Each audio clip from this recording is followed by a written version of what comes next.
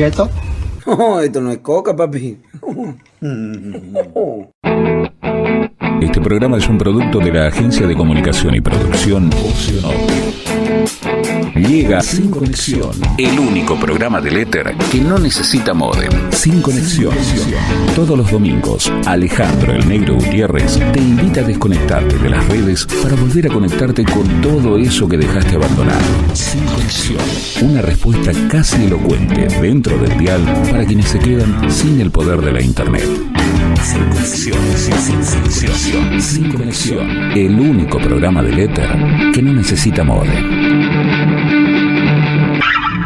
Tengo el placer de tener enfrente mío para este programa de Sin Conexión a una persona de la cual me contacté hace muchísimos años gracias a una nota que había visto en el territorio donde encontraba que un docente y periodista empezaba una investigación acerca de Mandobé Pedroso, del cual tuve la posibilidad de contactarme. Y lo tengo acá enfrente, a Víctor Durán, después de ¿cuántos años, amigos? Como 6 de que no nos vemos.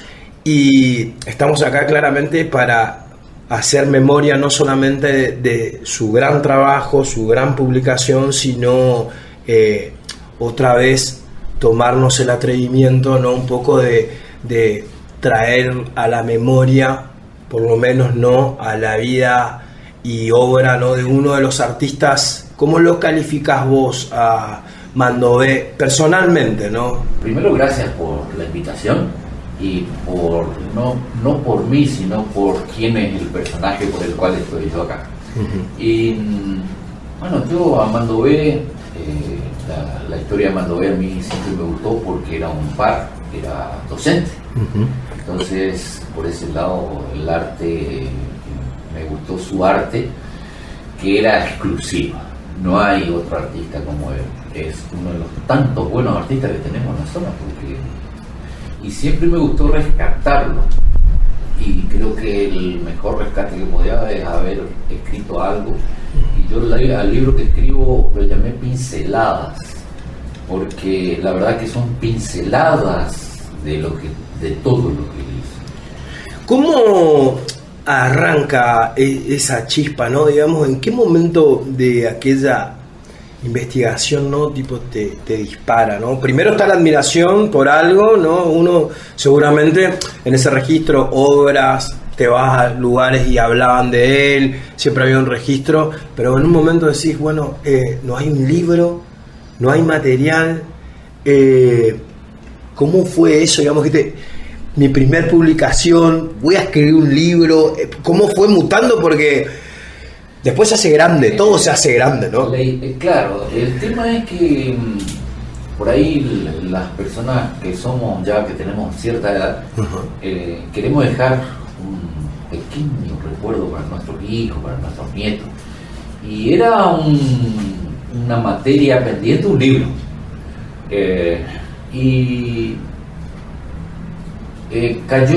Se dio todo junto, porque nosotros empezamos el año 2020 con la consigna de ponerle nombre a nuestra escuela.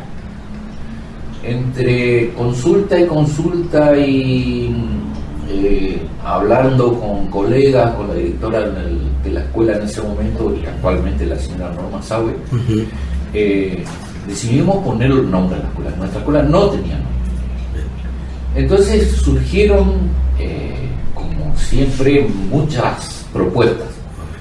Y dentro de las propuestas surge el nombre de Mandobé Pedroso. Y yo tenía un valor agregado que era que, además de ser un gran artista misionero, uh-huh, ser un artista nuestro. Claro. Que era una forma de rescatarlo, porque además tenía un valor agregado. Él fue docente durante 32 años. Exacto. Fue fundador de la Escuela de Arte de Puerto Iguazú. Entonces ahí estaba el fundamento principal por el cual nuestra escuela podría llevar el nombre de él. Y bueno, propusimos, fuimos a votación, se ganó y bueno, había que fundamentarlo, el por qué. ¿Te acordás contra quién competía, digamos, el otro nombre? ¿Se puede acordar? Sí, por ahí yo no... Pero no claramente una cuestión de competencia, digamos, pero el valor agregado era decir, darnos la oportunidad de poder colocar, digamos, no un prócer o no un político o no un referente, sino que la escuela como impulsor de arte también, y aparte ponerle un nombre es la identidad. Eso también es otra cosa, ¿no? Uno dice, bueno, yo nací en esta ciudad y fui a la Normal Mixta.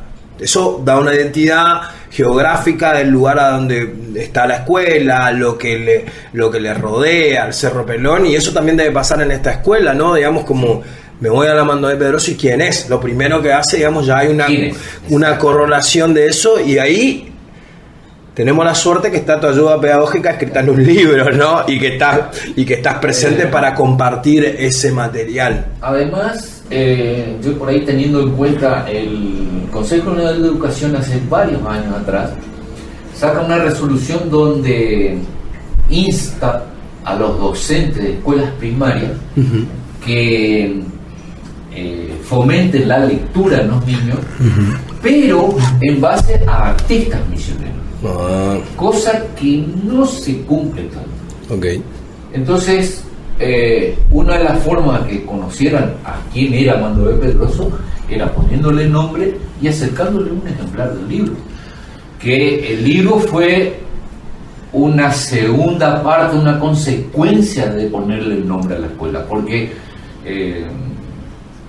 a muchos nos perjudicó la pandemia, y a mí en parte me ayudó a escribir el libro porque tenía tanta información, porque para poner el nombre a una escuela tenés que fundamentarlo el por qué. Claro.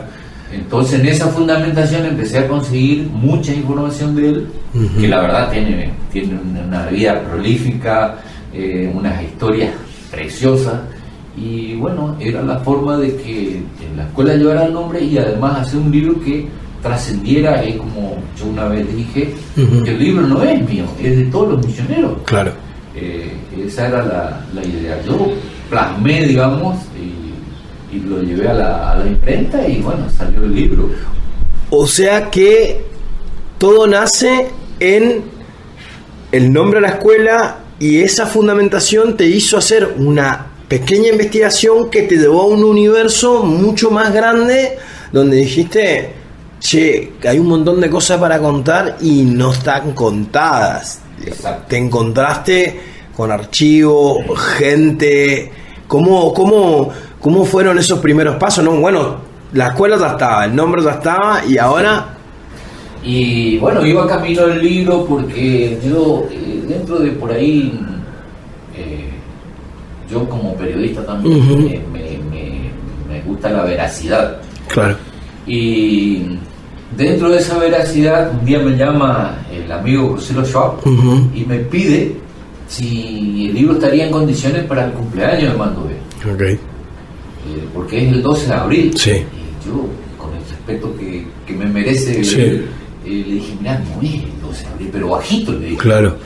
No, me dice, a mí me dijo primera edición que es el 12 de abril. Y no, es el 12 de abril. ¿Y por qué yo tenía la certeza? Porque yo tuve el honor y la suerte, o no sé cómo quieran llamarlo, dentro de mi investigación, me encuentro con el acta de nacimiento de Mandoé. ¿Encontraste el acta de nacimiento? Lo tenés, ok. Tenés una copia del acta de nacimiento de Mandoé. Y Sí. está plasmado en el libro. Y sí. es del 12 de mayo. Entonces le mando la foto a José. Claro. Y a José no se le cae toda la estantería porque él tenía organizado todo para el Entonces yo le di unas soluciones posibles. Y bueno, la cuestión es que se realizó el 12 de mayo. Yo ya para esa fecha tenía, que era el cumpleaños de él. Ok. Y bueno, ahí por ahí uno eso le demostró a muchos que la investigación mía era seria. Claro. Y que indagué mucho, recorrí mucho y descubrí por ahí, trayéndolo al estilo de él, de dónde surge el estilo de él. Antes de avanzar ahí, Víctor, estás contando algo totalmente trascendental para una época donde existe mucha posverdad y donde se crean muchos universos, y en esta inmediatez de las redes, ¿no? De leer y después no investigar. O sea que sin esta investigación y sin que alguien se haya preocupado verdaderamente, digamos, por tener ese documento donde dice, digamos, dónde nace, quiénes son sus padres, digamos, en qué lugar salió, o sea, nosotros podríamos estar festejando erróneamente, porque claro, ¿cuál es la fuente de consulta claramente de Joselo? El diario. Claro. Vamos al diario, vamos al periodista, porque son lo que llevan las efemérides y lo que tienen el archivo. Exacto. Y ahí se descubre que no era así. Yo después le mandé una nota a los dos diarios más importantes de Posada y de Misiones, ¿va? Y le dije que tenía la fecha precisa, y bueno, no tuvo repercusiones, digamos, claro, porque por ahí el periodista cree que tiene la verdad, pero claro, hay que averiguar, hay que ser fehaciente. Es parte de nuestro trabajo también, clarísimo. Sí. El periodista tiene que ser veraz. Sí. Y bueno, yo traté de plasmar en todas estas historias de Mandové que fui contando, porque si vamos al caso, Mandové no era Pedroso tampoco. Claro. Y en esta investigación surge que él en realidad era hijo de Fernando Cidade. Y uno dice Cidade en Misiones, en Casona, en el litoral, la pucha, te suenan varios apellidos. Sí. Y referidos, y ahí vos entendés por qué el tema cultural de él, por lo artístico de él, porque él estaba muy ligado, por sangre estaba ligado con la cultura, digamos. Y bueno, así encontré a dos medio hermanos de él, por parte del padre, ¿no? Claro. Porque él, repito, él era hijo de Fernando Cidade. Y hermanos tenía Fernando Cidade hijo y Horacio Cidade. Y tuve el gusto de poder hablar con Horacio Cidade, y me contó algunas historias de él, de cuando él se enteran que eran medio hermanos. Claro. En una época donde algunas cuestiones de paternidad se escondían. Claro. Y bueno, no tenía nada raro, nada de malo que lo publique y lo cuente la verdad, digamos, porque era parte de la historia de él. Totalmente. Y bueno, así fui escribiendo, fui ordenando un poco, ¿Cómo llegaste a la parte más entrañable de la familia? Y uno tiene sus estrategias como investigador. Porque es la parte más difícil. Vos podés estar escribiendo algo sobre claramente, en este caso, sobre el padre, más allá de la resistencia, porque después, más allá de lo que significa para todos, eso no es casi a veces siempre el mismo significado para hacia adentro. Eso es como muy claro, porque las familias atribuyen lo que pasa socialmente, pero después uno es un ser humano, ¿no? Digamos, claramente, a lo mejor a veces o no quiere reflotar el recuerdo, o porque ese recuerdo por ahí está atraído, o está muy conectado con estas cosas, ¿no? Que vos decís, ¿no? De los misterios, de las cosas que antes no se contaban, ¿no? Eso, entonces, como es muy difícil, tu estrategia, digamos, por suerte la tuviste de poder llegar. Hay que manejarlo con mucho tacto, mucho cuidado, porque como decís vos, hay gente que no quiere hablar de su pasado. Pero por suerte yo tenía en la parte investigativa, ya había encontrado muy buena información, precisa, pero no podía hablar. Hasta que empecé a escarbar, a investigar un poquito más, y me encuentro con una persona, estratégicamente, el Fernando Cidade, el padre el medio hermano de Mandové, fue escribano de gobierno en el primer gobierno en ese momento, gobernador Rovira, el ingeniero Rovira. Él era escribano de gobierno, y había muy poca gente que sabía que Fernando Cidade era hermano de Mandové, medio hermano, digamos. Claro, por el apellido. Claro. Entonces empecé a investigar por ese lado hasta que me encuentro con una hija de Fernando Siloé, el medio hermano. Claro. Y me dijo, sí, era mi tío. Me dice, bueno, listo. Entonces ahí empecé a hablar, me dice, y le conté que yo estaba escribiendo una historia, si podía contar. Pedí permiso. Claro, hay gente sí, por que no supuesto. quiere. Entonces me dice, sí, pero te llevaría a hablar con Horacio, el otro medio hermano, que estaba vivo. Fernando Siloé había muerto. Y me lleva a hablar con el tío de esta señora, que otra gran artista, que es Vanessa Siloé. Vanessa Siloé, hija de Fernando Siloé, hijo. Y me lleva a hablar con Horacio Siloé, ya estaba grande Horacio. Y ahí me contó muchas historias. Y dentro de las historias que me cuenta, me dice, ¿usted se anima a ir hasta allá, hasta los pagos de... a Corrientes? Cerca de los Esteros Liberá hay una chacra que es de la familia Siloé. Y me dice, porque Pellegrini, hasta Pellegrini. Y yo le digo, sí, me dio la llave del campo y me fui. Por ahí, como yo tenía carnet nacional de periodista, podía desplazarme. Claro. En esa época. Y me fui y encuentro un retrato que está aún allá, que le hizo Mandové al padre. Mira. Un retrato del padre. Del padre, o sea... Y esa es la foto que está en el libro también. Claro. Y bueno, después volví, me encontré con Horacio Siloé otra vez, hablé con él, y después cuando salió el libro le llevé uno, por supuesto. Claro. Y bueno, así fue que fui, pude descubrir, no descubrir, sino que yo ya lo había descubierto, nada más que quería la autorización de la familia para publicar. Claro. Quién era el verdadero padre de Mandové. Sí, entiendo. Y bueno, después Mandové tuvo una vida, pero anduvo por Córdoba, por Asunción, por San Pedro. En San Pedro, por ejemplo, él era muy amigo de gente en San Pedro que le pintó en una pizzería. Bueno. Hay obras de él en una pizzería. Y después... ¿Cómo llega, Víctor, perdón ahí, ¿no? Sí. ¿Cómo llega esto, no? Este es el primer gran descubrimiento, ¿no? El apellido, todos sus medios hermanos. ¿Y cómo se conforma ese entonces Florindo Mandové Pedroso, digamos? ¿Cómo queda? ¿Por qué queda el marcado así en la firma? ¿Qué pasó, digamos, porque te costó? Uno fue por un lugar y claro, estabas trabado. Por suerte pudiste destrabar pronto, porque si no iba a ser...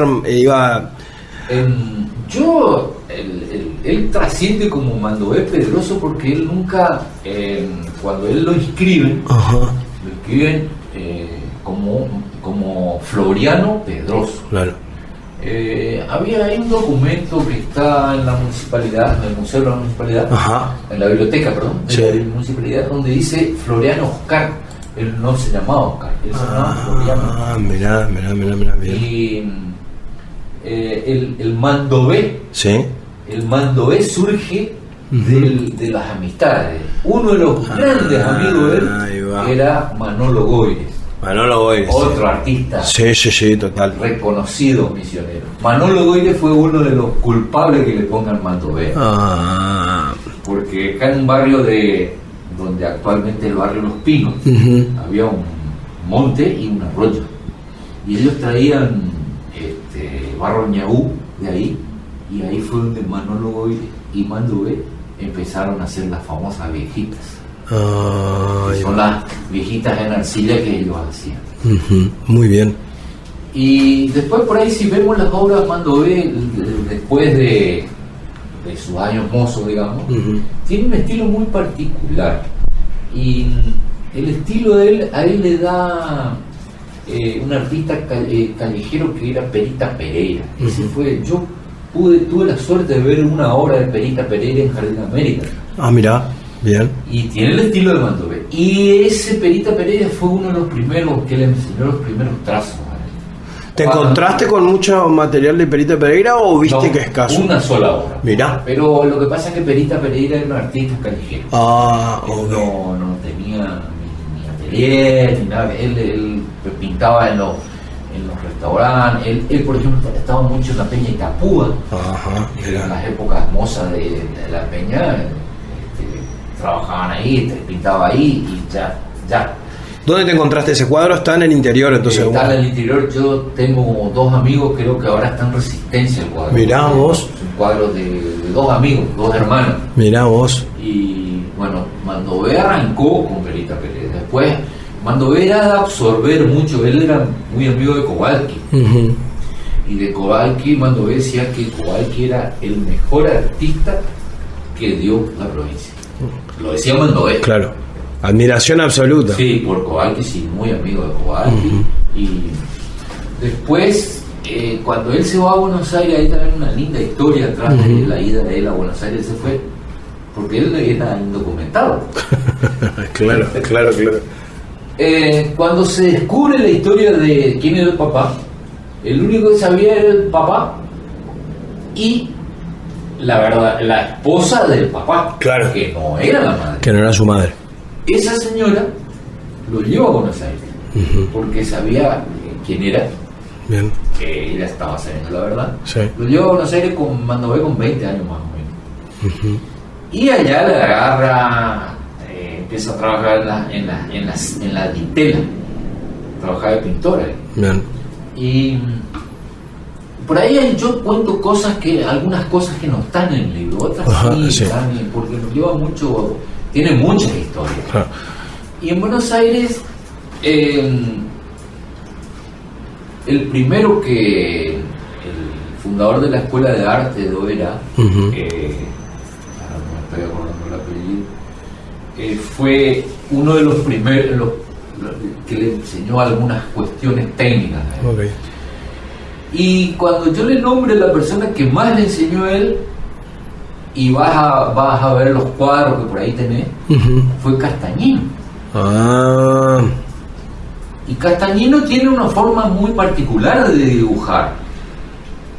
Y ahí es donde él Claro. empieza a formarse. Y después... Es un don dentro del artista, la observación y la copia, que terminó prácticamente, digamos, en esa pincelada, como Claro. decís vos, digamos, que le dio una característica, ¿no? Claro. Y Ese viaje fue fundamental para Mandové a sus 20 años, Sí. digamos, a Buenos Aires. Sí, porque él estaba en La Plata con Castañino y después no podía viajar más a La Plata y entra a la Escuela de Arte General Belgrano en Buenos Aires. ¿En dónde? En La Boca.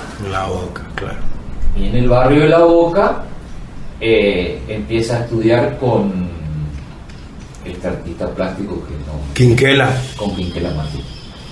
impresionante. Y bueno, ¿qué más te puedo decir? Claro, exactamente. O sea, Y que ahí él ingresa en la Escuela General Belgrano, que lo manejaba Quinquela Martín, lo maneja, se recibe de profesor de artes plásticas en la Escuela General Belgrano.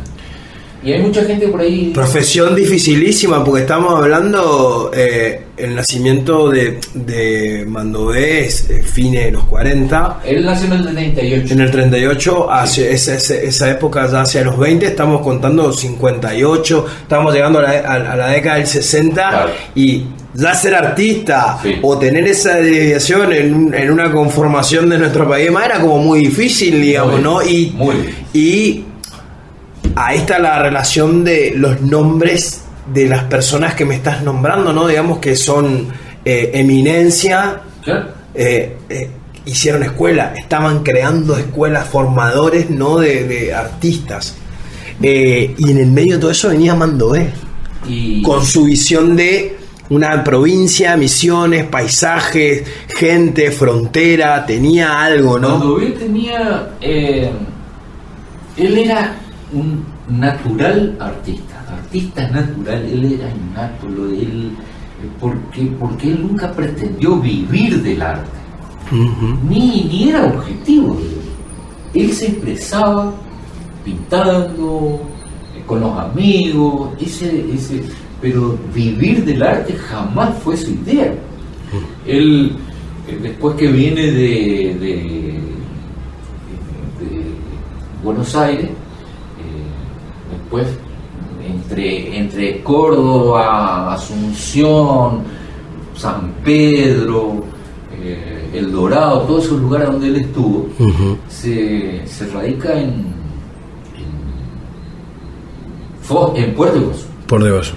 Y en Puerto Iguazú también hay un par de historias lindas ahí, porque el comisario actual de ese momento, claro, Abdón Fernández, otro artista. O sea, él siempre estaba relacionado. Y el intendente de ese momento era el coronel Reynoso. Año 79 más o menos. Y le propone, el coronel Reynoso tenía una particularidad, que a él le gustaba mucho el tema artístico, y le proponen a Mandové, entre Abdón Fernández, le proponen a Mandové hacer la escuela de arte, y es así que él funda la escuela de arte en Iguazú.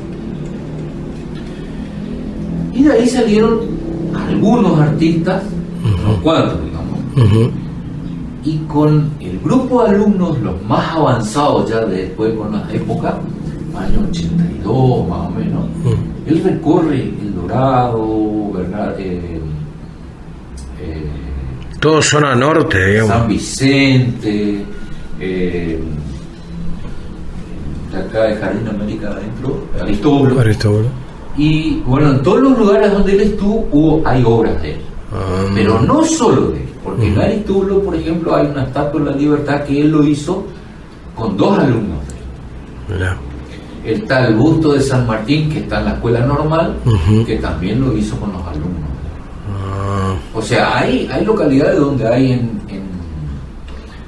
El Dorado, sí, hay un mural que tiene 3x6 de alto. Grande. Inmenso. Sí, hermoso, sí. A la entrada en un hall de un edificio.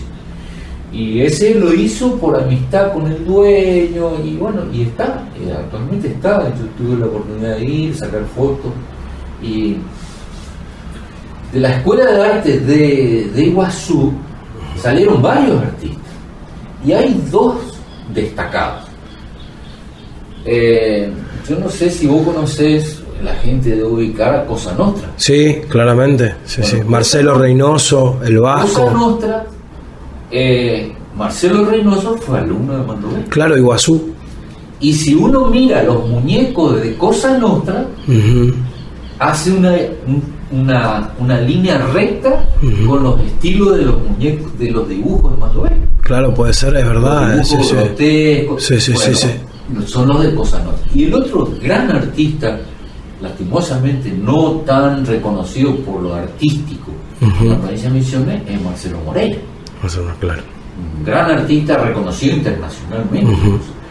Y Marcelo Moreira, yo tuve la oportunidad de entrevistarlo, y me dijo que él tiene una estima muy particular por Mandové, porque Mandové siempre le dijo que se formen en el arte, porque el arte te va a llevar a recorrer el mundo. Mira, y es cierto. Era su visión. Marcelo Reynoso recorre el mundo con totalmente. Y Marcelo Moreira recorre el mundo porque él escribe mucho y pinta también, tiene muchos cuadros muy bonitos, y escribe. Y él fue reconocido, pero en Latinoamérica en general, en Japón, en muchos lugares. Y bueno, eso por ahí son los más referentes de la Escuela de Arte de Iguazú, que lastimosamente desapareció. Claro. Ahí me quedo con una parte de la historia, cuando estabas contando esto de el lazo que generaba Mandové en dos aspectos. El primero, no vivir del arte, pero sí generar obra. Y el segundo, algo que le caracterizó muchísimo, digamos, es su relación personal hacia el otro y la amistad de dar. Porque creo que dentro de la historia de Mandové está el dar todo el tiempo sin recibir, cuando en un mundo tan mercantilista, ¿no?, y tan capitalista como el que tenemos, digamos, claramente si Mandové sería contemporáneo y tendría un Instagram y sería una cosa, claramente una obra de él estaría valorizada, van a saber en cuánto, ¿no? Pero ahí también está lo especial, ¿no? El valor del arte, eso hace totalmente casi incalculable, porque en las obras que encontramos hay una conexión de afecto. Y me lo contaste recién en una estatua de 6x3. Entonces eso no le podemos poner un precio. No. Y de esta historia debe encontrar 1000, porque la gente le encontraba dibujando a él y le pedía un dibujo y él hacía y te daba y no había, o te podía, entendía el valor del arte muchas veces para vivir, pero no era como el precio. Nunca, no he escuchado nunca tipo yo me compré, no, tomá. No. Eso es como, ¿cómo fuiste codificando eso en el pensamiento de cómo es el arte, no? También, claro. ¿no? Con la habilidad que él tenía y con la calidad que tenía en que trabajaba, hoy por hoy, si fuera mercantilista y si él quisiera, viviría tranquila, holgadamente viviría. Pero no era la idea de él. Vos te sentabas a tomar un café con él, que yo tuve la oportunidad de tomar un café con Mandové, y él si vos eras del agrado de él te hacía una obra en 2 minutos y te lo regalaba, no es que te cobraba, no, él te lo regalaba. Visita nuestra red social www.facebook.com/SinConexionLT17 y reviví todas las columnas. ¿Qué es esto? No, esto no es coca, papi. Este programa es un producto de la Agencia de Comunicación y Producción Oceanópolis. Sin Conexión, el único programa del éter que no necesita módem. Sin Conexión. Todos los domingos, Alejandro el Negro Gutiérrez te invita a desconectarte de las redes para volver a conectarte con todo eso que dejaste abandonado. Sin Conexión, una respuesta casi elocuente dentro del dial para quienes se quedan sin el poder de la internet. Sin Conexión, Sin Conexión, el único programa del éter que no necesita módem. Esa suerte de vida de ser una persona que estuvo en varios lugares también hace al mito colectivo y agranda mucho más la historia, porque no es solamente de un lugar, se desarrolló mucho realmente en nuestra ciudad por el cariño, todo, pero está plasmado en todos los puntos de la provincia. Eso me lo estás contando vos, digamos, y hace mucho más grande a la persona porque fue más palpable, ¿no? Sí, mirá, cuando va surgiendo el nombre de la escuela nuestra, que fue la ideóloga de todo, fue la directora de la escuela, la señora Norma Sawi, que en ese momento nos tiró la idea de ponerle un nombre a la escuela. Y de ahí surge. Y bueno, él hace en la vida de él, por ahí tiene un porqué también, de por qué llevaba esa vida. Porque es una vida muy austera. Después salta el tema de la mortadela y el vino tinto, porque él nace en Los Galpones, que es un paraje que está muy próximo a Itacarguaré. Y de muy chiquito él viene con su mamá a vivir a Candelaria. Y tuvo la desgracia de que se le muere la madre. Y bueno, el verdadero padre de él lo trae a Posada. Y lo tenía en una especie de cómo, porque en esa época estamos hablando de año 45, 48, 47. Claro. 7, 8 años, menos claro. de 10 años, sí, muy niño. Lo trae y lo tenía, porque ¿cómo vos podés decir en esa época que ese niño se quedó sin mamá, pero ¿y el papá? Claro. Y el papá estaba ahí. Claro, era una especie de tutela disimulada. Claro. Y el dueño de un bar que estaba al frente al cine español conocía la historia. Y bueno, y Mandové siempre retraído, siempre con el tema de esa historia que no se podía contar. Claro. Entonces se fue haciendo así muy, muy para adentro. Y su expresarse era el dibujo, boceto. Y el dueño de este bar acá en Posadas, frente al Teatro Español, conocía la historia, y él, Mandové, le regalaba casi todos los días un boceto, un dibujo. Y la señora ya estaba cansado los dibujos Mandové. Hasta que un día agarró sí. y me entero que los tiró todos. Mira. No. Y yo, qué sé yo, no sé, yo me daría cualquier cosa por tener un boceto de esas épocas. Sí, sin dudas. Me regaló, porque él fue docente durante 32 años y se jubiló en la escuela 3, acá en Posadas. Y tengo 2 dibujos hechos en una hoja A4 por Mandové que me regaló la directora de ese momento, la directora de él. Porque él, te repito, vos tenías que tener mucha llegada con él, muy particular para que él te acepte porque era muy cerrado. Entonces, y la directora de la escuela, él le hizo algunos dibujos y me regaló 2 dibujos, los tengo guardados, los tengo en una carpeta guardados, y que es lo único que tengo. Bien. Que me regalaron de él y que tengo de él, porque no, la verdad que nunca. Y bueno, y aparte, cuando uno empieza a investigar y todas las exposiciones colectivas, eso también no está. Mandové está en nuestra ciudad, está en nuestra provincia, está en nuestras casas, está en las dependencias públicas, eso también, ¿no? Y cuando uno reflota, le pone como en un orgullo Mandové, y ahí otra vez vamos, es incalculable, nadie va a vender. Exacto. Todos los quieren tener. Nadie sabe por qué, pero lo quieren tener, ¿no? Aparte, él tenía, los cuadros de él son típicos. Claro. Son típicos. La lavandera, la vieja tomando mate, el perro flaco. Claro. Ese era el puerto, la bajada vieja, todo son dibujos, pero característicos de él.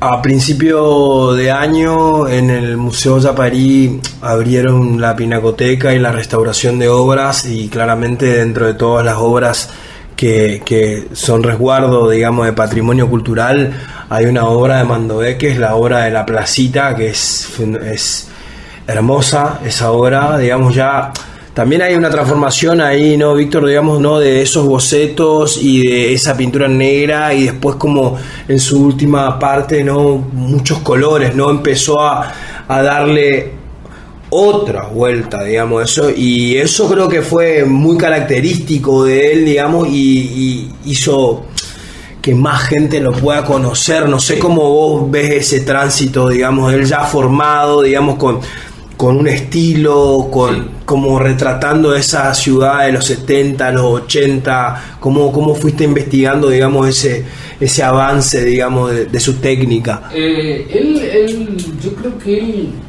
fue absorbiendo de todos los artistas que lo rodeaban. Manolo Goire, Perita Pereira, Kowalski, bueno, pero yo encontré en el Museo de El Dorado, encontré, creo que son 12 láminas que él hizo. Pero cuando vos abrís la carpeta y ves las láminas, porque no están al público, abiertas al público, sino que me las mostraron a mí porque, por la investigación, el trabajo que estaba haciendo. Cuando vos abrís la carpeta, vos te imaginás a algún, no a Kowalski, sino a Quiquela Martín. O sea, los trazos son típicos de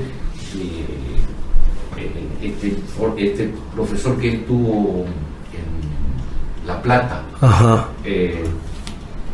Y uno de los que tuvo fue Gastaldo. O sea, de todos los maestros que tuvo, en realidad no los tomaba como maestros, sino que él era de ir copiando. Claro. De todos creo que fue sacando algo. Y los últimos años hizo muy buenas obras, que lastimosamente yo, la obra la que más me gusta es la que yo puse en la portada, que es una obra que tiene Vanessa Cidade en su casa. Saqué fotos y bueno, esa es una de las obras más lindas. Y después una obra que me gustó mucho también es el retrato que él le hace al papá. Claro. Que eso está en Corrientes. Eso que fuiste y cuando encontraste esto dijiste... Pero es grande, una obra grande. Claro. Y que encima pocos si no estuviera tu investigación, tendríamos la posibilidad, digamos, de poder verla, digamos, porque está en una propiedad privada y tenía que tener el dato completo y la llave. Exactamente. Y ahí, en esta parte, digamos, los mitos. Porque también en la vida de Mandové, mitos, ¿no? Bueno, su faceta como arquero, la pasión por el fútbol, no, eso también, digamos, también está arraigado porque claramente hombre de la noche, en un lugar donde culturalmente se gestaban muchas cosas, ¿no? Kowalski, Catalano, la música, cómo encontraste, digamos, con su relación con Mandové y la música, cómo eran esos aspectos, ¿no? Que otros lugares sociales donde el arte, digamos, no era protagonista, pero ser un personaje del arte, estar en otros ámbitos también subía, porque hacía conocer más gente, ¿no? Sí, él tenía, después hay infinidad de anécdotas de él, que es más, hay dos anécdotas, incluso hasta el día que se murió. Marcelo Reynoso, el de Cosa Nostra, el creador de Cosa Nostra, me cuenta que él estaba haciendo uno de los muñecos que era Charly García. Sí. Y dice que se entera que muere Mandové. Y bueno, esperó, qué sé yo, y fue a la funeraria. Pero Marcelo Reynoso y la mayoría de los artistas que tenían contacto con Mandové tenían un estilo muy similar, muy campechano, muy suelto de cuerpo, así. Y Marcelo Reynoso estaba haciendo el muñeco de Charly García cuando le cuentan y se va al velorio. Pero él se fue como estaba. Claro. O sea, no es que se preparó. Sí. Todo. No, él se fue como estaba. Y llega y dice que en la funeraria había dos velorios. Y llega y se para afuera, miraba y no sabía cuál era. Y se arrima una señora que era del otro velorio, no de Mandové. Y le mira y le dice a Marcelo Reynoso, dice, joven, dice, por sus pintas, usted viene por Mandové, Pedrosa. No te puedo creer. Esto contado en una anécdota de Marcelo puede ser muy gracioso, clarísimo. No, Marcelo que lo hace, pero de lujo, eso me lo contó Marcelo.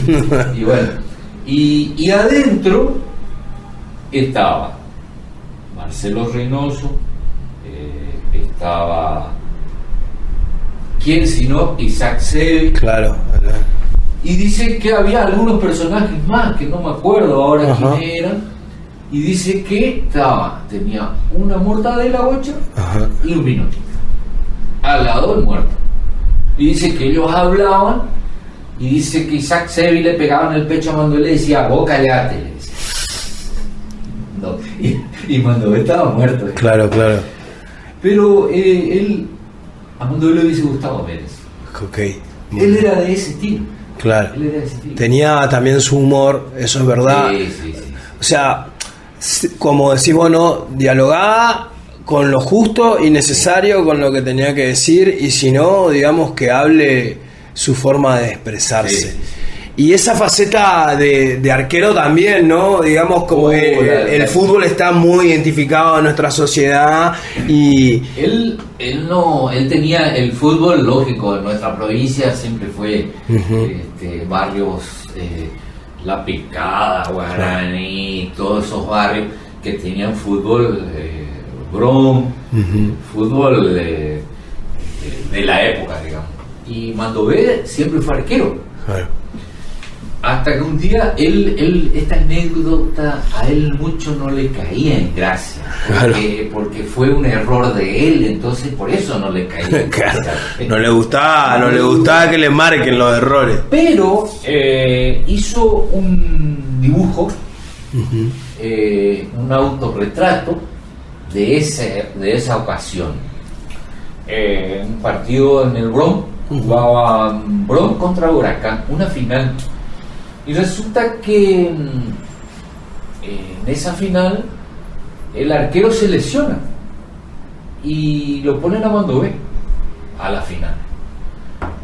Y estaban jugando y estaban empatando 0-0. Mandové había atajado muy bien y con ese empate Bron era campeón. con el empate. Claro. Pero si ganaba Huracán, era campeón Huracán. Y terminaba el partido, penal para Huracán. Ja. Y bueno, Mandové, primer partido en primera, tenía más que ganar que lo que perder. Dice. Entonces, bueno, el ídolo era Mandové, todos lo apoyaban y qué sé yo. Y patean el penal. Él siempre andaba de gorra, siempre andaba de gorra. Entonces, para atajar el penal, la agarra, se saca la gorra y pone adentro del arco la gorra de él. Y se va a atajar el penal. Y va y ataja el penal. Ataja la penal, le tiraron una masita, ataja el penal, agarra la pelota y se mete dentro del arco con la gorra. Por supuesto, el referee cobra gol. Claro. Insólito. Y pasó de ídolo al más odiado, más silbado. No te puedo creer. El Bronx pierde la final por culpa de Mandové. Mira. Y era el día de hasta que él se murió. Le quedó. Los más allegados a él le seguían cargando por ese tema. Claro. Y a él no le gustaba. Y él hizo un autorretrato, y tengo la foto. He visto en el libro. Un autorretrato de él con la pelota, pero no habla de esa anécdota, sino que hace alusión a su personaje, digamos. Su personaje de cuando él jugaba al fútbol. Y ahí, Víctor, esto no, lo que ayudó mucho, ¿no?, a la historia viva y de relato para tu investigación, y también te ayudó mucho verlo, ¿no?, ver las obras, pero en formato entrevistas. ¿Cómo fue? ¿Encontraste entrevistas? Es raro escucharlo en YouTube, como te decía, ¿no? Tenemos esta sola entrevista de Mandové con Fiorino, digamos, que la pueden ver en YouTube, ponen Mandové entrevista y van a encontrar eso. ¿Cómo te encontraste con ese archivo? Porque el territorio seguramente sí, porque también pasó ahí, dejó dibujos, digamos, ¿cómo? Y con el audio, ¿no? La voz. No, yo la voz de él, tengo una sola voz de él. La tengo guardada y después no hay más nada porque por ejemplo el Centro de Reconocimiento le hizo un homenaje a Mandové y él no hablaba, en el territorio tampoco hablaba, porque él trabajó mucho con Javier Arguindegui. Sí. Javier Arguindegui era otra gran pluma, claro, sí, un gran escritor, sí, periodista, escritor. Sí. Él hacía un dibujo sentado en el bar acá en el centro de Posada, claro, y Javier Arguindegui en un rato le escribía un texto que salía los domingos, claro, en el diario. Y él se hizo muy amigo de Javier Arguindegui, pero él nunca hizo declaraciones, Mandové nunca quiso que le graben. claro. Él escribió junto con Emilio Late, otro periodista, con el diario el que hacen Barigüí, Latrechino, con Núñez, Juan Núñez, sí. O sea, con varios artistas. Ellos hicieron bocetos del Martín Fierro. El territorio, claro, saca una edición especial del Martín Fierro. Maco Pacheco también, claro, está ahí adentro. Ilustrado, sí, por artistas misioneros. Y lo querían hacer la nota a Mandové y no había eso. ¿Pensás, no, con toda esta historia y siendo esa persona, crees que Mandové se fue con esa noción, digamos, de decir todo lo que hizo y lo que iba a dejar, o tampoco era su interés, digamos? ¿Cómo pensás, digamos, por el arte? En un momento, tanto cariño y tanto reconocimiento, también hay una circunstancia del hacerse cargo, digamos así, porque también hizo exposiciones, sí, tuvo una presencia, pero ¿cómo identificás? ¿Crees que fue consciente de eso o el amor que dio tanto, digamos, sobrepasó o sea, su persona sobrepasó, sí, las anécdotas, sus, sí, amigos, todo sobrepasó, digamos, Él no quería trascender. Muy bien. No era su intención. Por eso te digo, él tuvo una vida, porque por ahí las cosas que te van pasando de joven, de niño, sí, te marcan. Claro. Y él fue marcado muy duramente de, claro, la vida. Y no solo la vida de niño, porque después la vida le fue dando compañeros, amigos, así, de al paso. Claro. Y él lo hacía, lo que él expresó era como era. Claro. Era lo que él era y no quería trascendencia, él no quería un rédito económico, no le interesaba eso. Él se expresaba, te regalaba una obra, ni miraba qué era, y no le importaba vender o lucrar o vivir. Él tenía su jubilación como docente, sí. y él consideraba, para él eso era, ya está, listo. Claro. Y por ahí no tenía un peso, pero te invitaba a tomar un café. Claro. Y algo que uno menosprecia o no tiene, en realidad no menosprecia, pero no le pone el valor que tiene que ser, digamos, de la docencia en su estructura, y ahí hablamos de la forma educacional, digamos, y cómo una cuadrilla, como artes plásticas o el arte, quizás, digamos, él donde fue docente mucho tiempo, digamos, acá en la escuela del centro, digamos, ayudó no solamente a que esos niños puedan atravesar cosas que a lo mejor él también atravesó y se sentía conectado, y que le haya inspirado, digamos, ¿no? Hacia adelante, no para una carrera de artista, sino para descubrir que todos tenemos esa posibilidad o un don y hay que desarrollarlo, ¿no? En la parte docente, porque como te decía, él tuvo una infancia muy dura, y incluso su adolescencia, su juventud fue muy dura, él atravesó momentos muy difíciles, y él después le lleva con la docencia, él le lleva a los chicos, porque yo siempre digo que la parte artística, por ejemplo, a un niño le llevas a estudiar teatro y el chico va a salir con otra formación, otra cabeza. Claro. Se le abre más la cabeza. Y bueno, eso es lo que hacía Mandové con los alumnos que tuvo acá, por ejemplo, en la Escuela 3. El actual presidente del IPS, el señor Ben Maor, fue alumno de Mandové. Ah, mira, muy bien. Okay. Y es como que el enseñarle... Y es un orgullo. ¿Qué te todo, parece? Totalmente. ¿Qué te parece? Porque haber sido alumno de Mandové, claro, te da una chapa, sí. Pero aparte, no solamente eso, es como que te da otra visión de las cosas, apreciar de distinta forma, entonces te va formando de otra forma.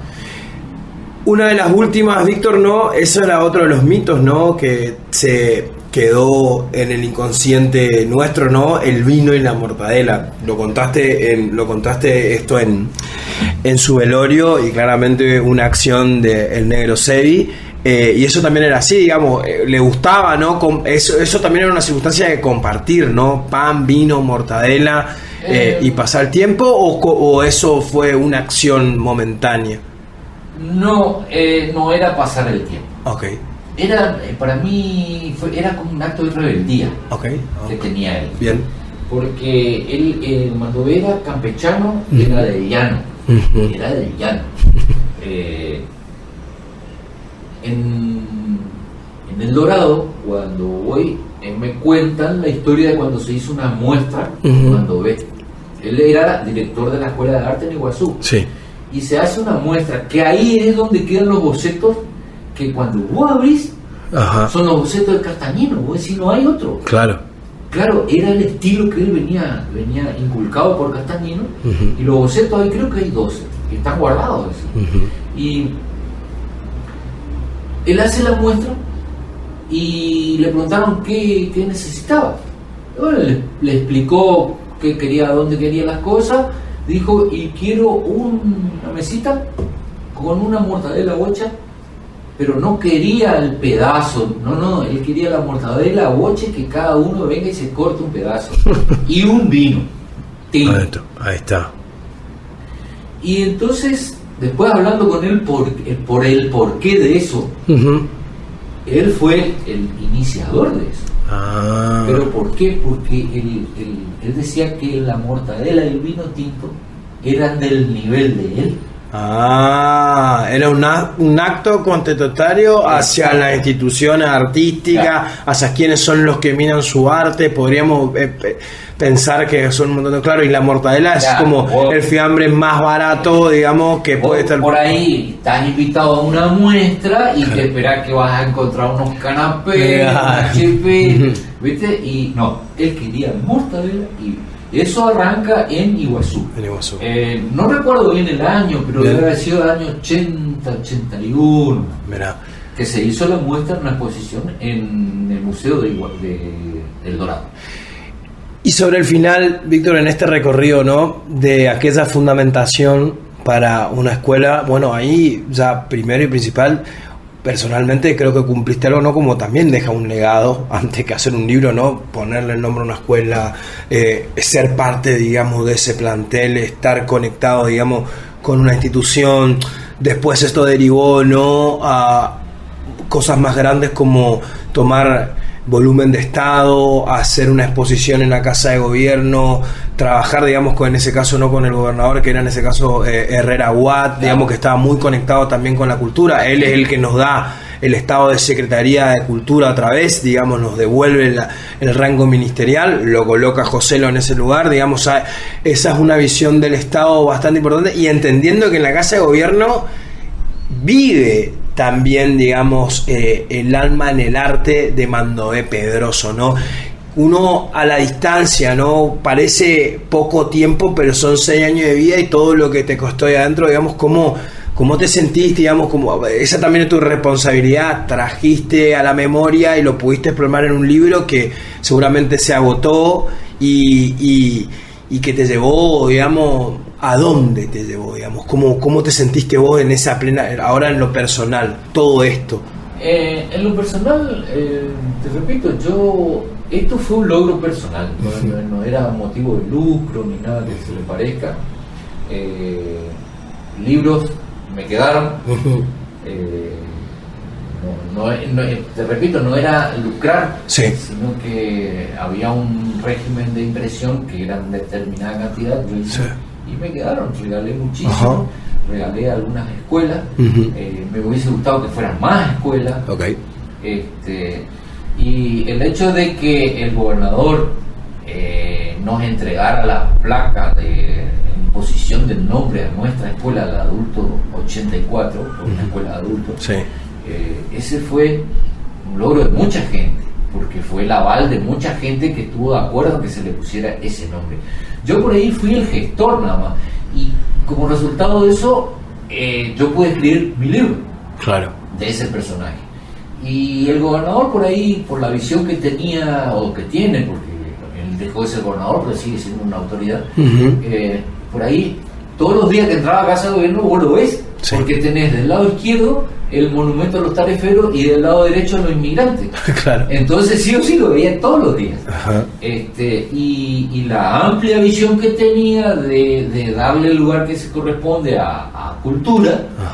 Y entonces uno se siente, por supuesto, estamos llevando a un personaje y llevándole a, ojalá que se repita en otras escuelas, porque hay personajes de la cultura, infinidad tenemos, por suerte. Yo no vi ninguna escuela que se llame, no sé, Pato García, pero me gustaría que las escuelas, porque lo primero que voy a hacer, como vos decís, cuando llegar a una escuela preguntar por qué se llama Mandoé Pedroso, vení te cuento, vení te explico quién fue, qué hizo, qué no hizo. Mi escuela no tiene ninguna obra de arte, ninguna obra, siendo que hay muchos organismos que tienen. Mi escuela no tiene. Y tiene el nombre. Muchísimas gracias, Víctor. No, yo te agradezco desde ya la invitación y me da mucho orgullo poder venir a hablar de este gran personaje que vivimos en la cultura. Así que, Alejandro, desde ya, muchísimas gracias. Visita nuestra red social www.facebook.com/Sin Conexión LT17 y reviví todas las columnas.